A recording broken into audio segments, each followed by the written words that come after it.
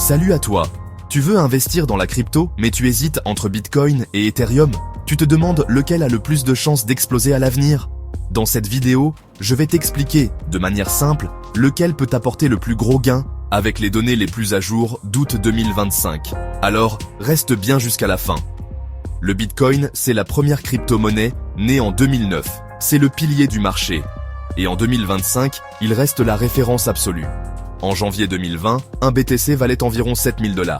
En novembre 2021, il a atteint 69 000 $, son ancien record. En novembre 2024, après le halving d'avril, il a explosé jusqu'à 93 480 $. Et en août 2025, il se maintient entre 114 000 et 115 000 $. Oui, tu as bien entendu. Le Bitcoin a atteint un nouveau sommet en juillet 2025, autour de 123 000 $, avant de légèrement corriger. Pourquoi ce succès? Parce que le Bitcoin est rare. Il n'y aura jamais plus de 21 millions de BTC.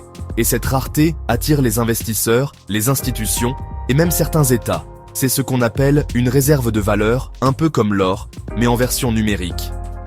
À l'avenir, certains analystes voient dans le Bitcoin atteindre 150 000, voire 250 000 $ ou plus, selon l'adoption globale. Mais attention, à ce niveau de prix, le potentiel de gain devient plus lent.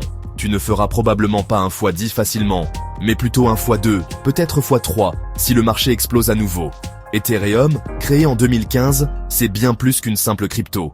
C'est une plateforme, une base, un outil. C'est là que fonctionne la DeFi, les NFT, les jeux blockchain et des milliers d'applications décentralisées.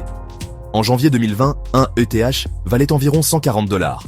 En novembre 2021, il a grimpé à 4 878 $. En mars 2024, il était autour de 4 070 $. Et aujourd'hui, en août 2025, il se situe entre 3 200 et 3 800 $. Ethereum a aussi beaucoup évolué techniquement. Depuis la mise à jour vers Ethereum 2.0, le réseau est passé à la preuve d'enjeu, Proof of Stake, ce qui le rend plus rapide et beaucoup moins énergivore. Et grâce au burn des frais de transaction, il devient de plus en plus déflationniste, c'est-à-dire que son offre peut diminuer avec le temps. Beaucoup voient Ethereum comme l'ordinateur mondial du Web3.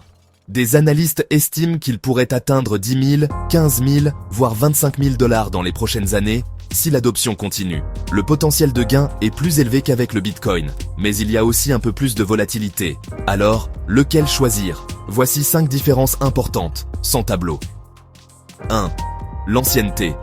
Bitcoin est le pionnier, créé en 2009.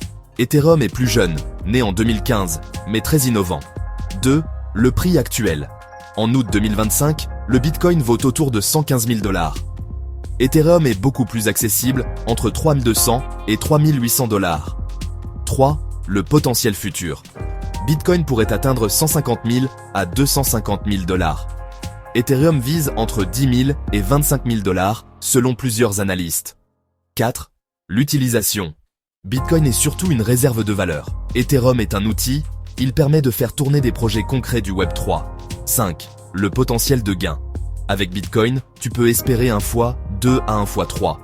Avec Ethereum, on parle plutôt de x6 ou x8, voire plus si le Web3 explose.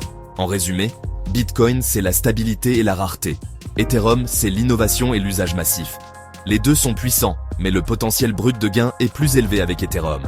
Ne choisis pas forcément entre les deux. Fais un mix intelligent. Un portefeuille équilibré peut ressembler à ça. 60% Ethereum pour viser plus de croissance. 40% Bitcoin pour sécuriser ton investissement. Et si tu veux pimenter un peu tout ça, ajoute 10% de ton budget crypto sur des petits altcoins ou même coins prometteurs, mais en mode spéculatif et bien étudié.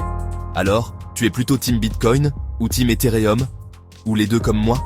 Dis-moi en commentaire ce que tu en penses. Et surtout, n'oublie pas de t'abonner, de liker et de partager cette vidéo à un ami qui débute dans la crypto. À très bientôt pour une nouvelle vidéo sur Crypto Savoir.